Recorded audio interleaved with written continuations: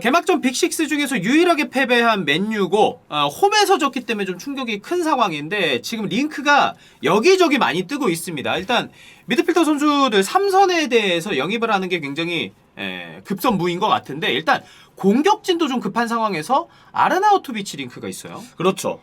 근데 사실 공격수도 물론 필요하긴 하지만 제일 필요로 하는 건 지금 3선의 영입이잖아요. 저도 거의 무조건 3선이라고 생각해요. 왜냐면 그 1라운드 경기였던 브라이튼전이 결국은 좀 꼬였던 이유가 맨체스터 유나이티드가 프리시즌 때 썼던 프레드 원볼란치 전술 2-3 형태의 어떤 빌드업이 실전에서는 프레드의 압박이 집중적으로 났을 때 실망스러울 수 있다는 점을 염려해서 풀백들을 좀 안쪽으로 붙이는 대표적으로 루크쇼가 좀 안쪽으로 그렇죠. 들어왔던 게 브라이튼전이잖아요. 그래서 중앙 위주의 빌드업을 했는데 문제는 좌우폭을 벌려주는 선수가 부족하다 보니까 전체적으로 중앙이 집중적으로 압박을 받으면서 맨유가 압박에서 좀 고전을 했던 게 직전 브라이튼전이라고 생각이 들어요. 네. 그래서 결국 이런 문제점들을 보면 3선 쪽의 문제를 최소화하기 위해서 다른 형태로 테너 감독이 변화를 줬는데 거기서도 또 다른 문제점이 발생하면서 브라이튼에게 공략을 당했고 그래서 결국 그 경기는 주도권을 주지 못했다고 보거든요. 네. 결국 그 문제를 돌리고 돌리다 보면 일단 첫 번째 기둥에 문제가 있으니까 3선에 문제가 있으니까 어떤 전술을 써더라도 그게 이렇게 되는 거야. 예. 어때? 결국 이런 문제가 있으니까 그쪽이 좀 문제가 되니까 결국은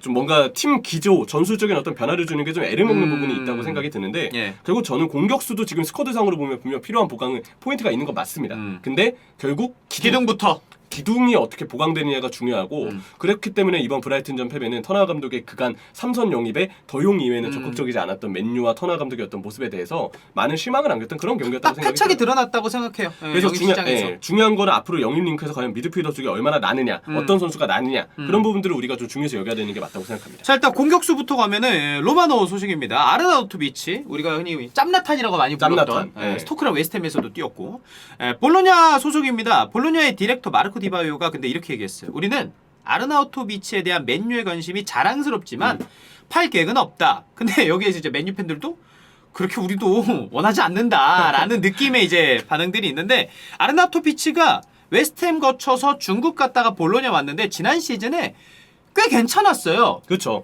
장신 공격수에 힘도 있는 선수기도 하고. 사실 뭐 이제 나이가 좀 적지 않은 선수이긴 하지만 원래 아르나우토비치가 가지고 있는 장점은 의외로 발이 느리지 않고 침투 잘 가져가고 그리고 아까 얘기했던 것처럼 그 공중볼 잘 따주고 경합도 준수하다는 점. 맞아요. 신체 능력을 통한 최전방에서의 어떤 옵션 창출은 충분히 해주는 선수예요. 그렇기 때문에 아르나우토비치도 되게 유니크한 플레이 스타일을 가진 자원이라고 생각은 드는데 근데 문제는 어쨌든 볼로냐가 지금 쉽게 팔 듯한 스탠스가 아니고 가격이나 여러 가지 리스크로 봤을 때 맨유가 공격수보다 지금 미드필더가 더 급한 상황에서 공격수 영입에 그것도 조금 나이가 많은 선수 영입에 팬들도 조심스러워하지 않을까. 그런 부분들이 조금 이제 좀 경계심이 드는 게 그런 이유인 것 같아요. 아르나우토비치는 그러니까 그런 이유고 그리고 이제 저희가 벤자민 세슈코 예전에 다뤄드렸었는데 지금 다수 언론에 따르면은 라이프치히 쪽으로 그러니까 내부 승격 느낌이죠. 라이프치히 가는 거는 아무래도 레드불 사단의 팀이다 보니까 주로 잘츠부르크에 떠오르는 유망주가 라이프치히로 이적하는 경우들은 흔히 있는 일이죠. 사실 그게 뭐 대다수라고도 보여지고 그렇게 해서 이제 아르나우토비치랑 세슈코 링크가 있고 미드필더 쪽 이제 제일 중요합니다. 가장 링크가 현재까지 짙은 거는 유벤투스의 아드리안 라비오. 지금 텔레그래프에 따르면은 구체적인 이적료까지 나왔어요. 1,500만 파운드, 236억 정도. 근데 이 선수는 아시겠지만 어머니 이슈도 있고 에이전트 이슈가 있어서 이적료보다 문제가 되는 거는 이제 주급인데 이미 주급도 파리 생제르맹에서 유벤투스 넘어갈 때 자유계약으로 넘어갔기 때문에 굉장히 고주급을 받고 있는 선수예요. 근데 라비오가 그만큼의 고주급을 주면서 데려와서 잘해줄 수 있을까라는 의문은 좀 달려있는 거죠. 어쨌든 왼발 미드필더고 기술은 있는 선수입니다. 그래서 라비오를 데려왔을 때 뭔가 연계에서의 어떤 그 풀어나오는 솜씨나 이런 부분은 괜찮아요. 근데 이제 유벤투스에서 이제 라비오 선수가 나왔을 때 계속 좀 애매함을 보여줬던 게 저는 그거라고 보거든요. 기동력. 그러니까 기동력이라는 게 좀 공격 상황의 기동력은 뭐 연계를 풀어나갈 때 나쁘지 않았던 움직임들이 있었으니까 그 부분은 좀 괜찮다 보았다 치더라도 수비적인 부분에서 이 선수가 수비 가담이나 기동 범위가 전체적으로 좀 너무 좁았던 부분들이 있었고 압박의 타이밍을 잘 맞춰주지 못하면서 결국 중원의 밸런스를 좀 애매하게 만드는 포인트들이 저는 경기를 볼 때마다 좀 느껴졌었어요. 그래서 라비오 선수가 이런 범위나 밸런스, 활동량적인 부분에서는 조금 아쉬움을 느낄 수 있는 그런 자원이라고 생각이 들고 그래도 일단 일단 유벤투스도 지금 뭐 라비오가 좀 고주급자라는 점 그리고 이미 미드필더 쪽에 어느 정도 그 숫자가 있어요. 예, 엔트리를 봤을 때 예. 라비오 선수를 팔겠다는 지금 스탠스는 강하게 취하고 있기 때문에 맨체스터 유나이티드가 지금 일단 어떻게든 미드필더를 데려오려고 한다면 팔려고 하는 유벤투스와의 어떤 그 이해관계는 맞을 수 있는 시기이지 않을까. 저는 그냥 소속팀, 네. 대표팀 말고 소속팀에서 보여준 고점만 봤을 때는 저는 프레드 맥토미니보다 라비오가 더 낫다라고 생각을 하거든요. 그러니까 지금 알레그리 때 말고 사리 감독 때 라비오가 보여준 미드필더에서의 영향력은 저는 굉장히 좋았다라고 보고 저희가 유벤투스 경기 때 많이 다루는 얘기가 뭐냐면은 유벤투스 알레그리 옛날 스타일로 너무 지금 전술이 없는 것 같다. 그렇기 때문에 사실 미드필더들이 특출나기가 좀 어려워. 아, 그렇죠. 그러니까 다시 말하면은 유벤투스 경기 알레그리 감독 체제 유벤투스 경기를 보면은 미드필더가 이 선수가 잘한 거야 못하는 거냐 좀 보여주고 우리가 평가하기 네. 좀 어렵거든요.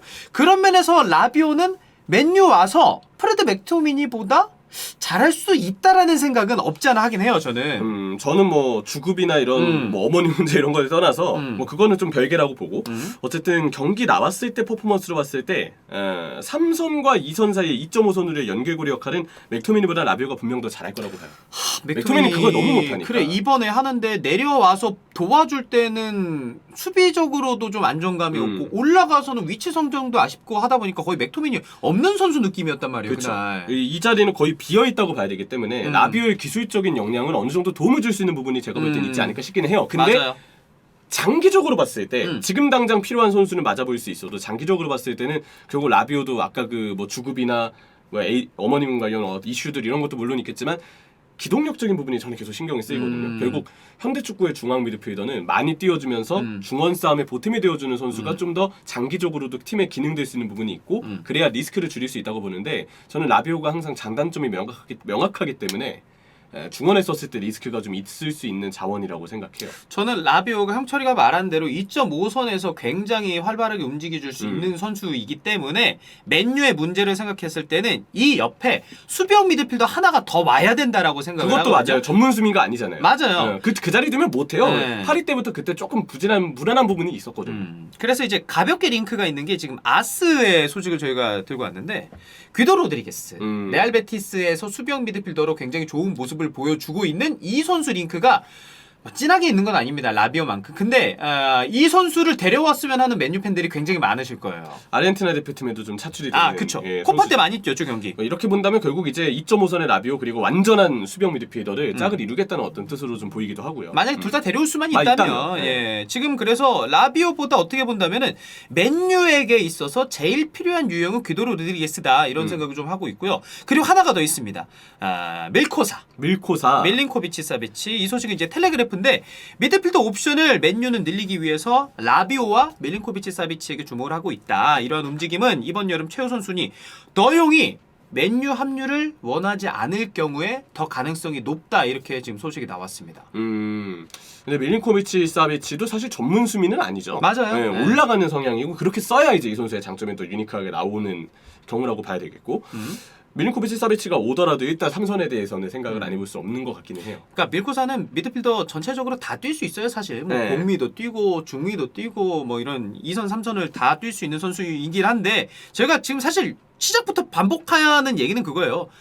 원볼란치 쏠 수 있는 수비형 미드필더, 진짜 그냥 수비 잘하는 미드필더, 그쵸. 그리고 뭐 전환이라던가 드리블 운반까지 더 되면 좋은 거고 이런 선수가 좀 필요한 건데 지금까지 얘기 나오는 선수들을 좀 종합을 해보면 한 명 데려와서는 좀 쉽지 않을 것 같다. 네. 최소 지금 여기 나오는 선수 중에서는 2명이 있어야 될 것 2명은 같다는 있어야 생각이 될 것 들어요. 같다. 그리고 영입되는 선수들도 아까 계속 라비오가 생각이 되는데 그러면 결국 라비오의 어떤 단점을 최소화할 수 있는 미드필더까지 같이 영입이 돼야 구조가 맞춰지기 때문에 그런 부분들까지 지금 생각을 해볼 수가 해봐야 되는 것 같아요. 사실 지금 뭐 단점 상세 얘기했잖아요. 프레드 맥토미니는 둘이 나왔을 때 단점 상세하는 유형이 아니에요. 그죠. 둘이 단점 보이는 스타일이라니까. 둘 다 모였을 때 단점이 좀 부각되죠. 프레드는 결국 맥토미니가 그렇다고 뒤를 봐주자니 맥토미니도 뒤에서의 전개 능력은 매우 아쉽고 수비적으로도 커버보다는 도전하는 성향이니까 커버를 해야 되는 이 수비형 미드필더 자리는 맥토미니가 잘 맞지 않아요. 그래서 프레드가 그래도 전개 능력이 있으니까 후방에 두는 건 알겠는데 문제는 그러다 보면 프레드가 후방에 있었을 때 전개 능력은 있지만 그렇다고 해서 수비적으로 보탬이 되느냐 사이즈로 봤을 때는 그러지 못하고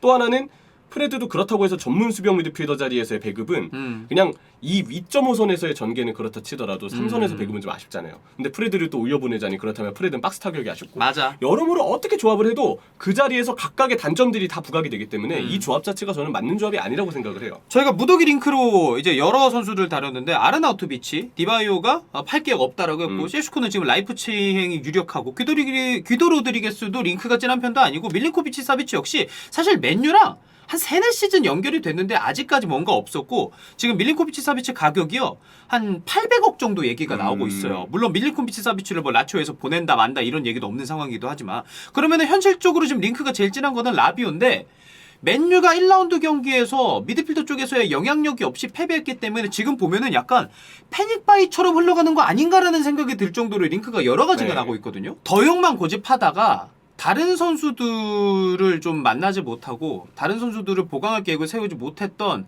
그 좋지 않은 스노우볼이 지금 계속 굴러가는 것 같아요. 그렇죠. 이게 뭐 2라운드, 3라운드 때 어떤 뭐 분위기 반전을 만들어낼지 모르겠지만 맨유 팬들이 생각하는 대로 원하는 대로 3선 미드필더 쪽에 영입은 지금 좀 필요해 보이네요.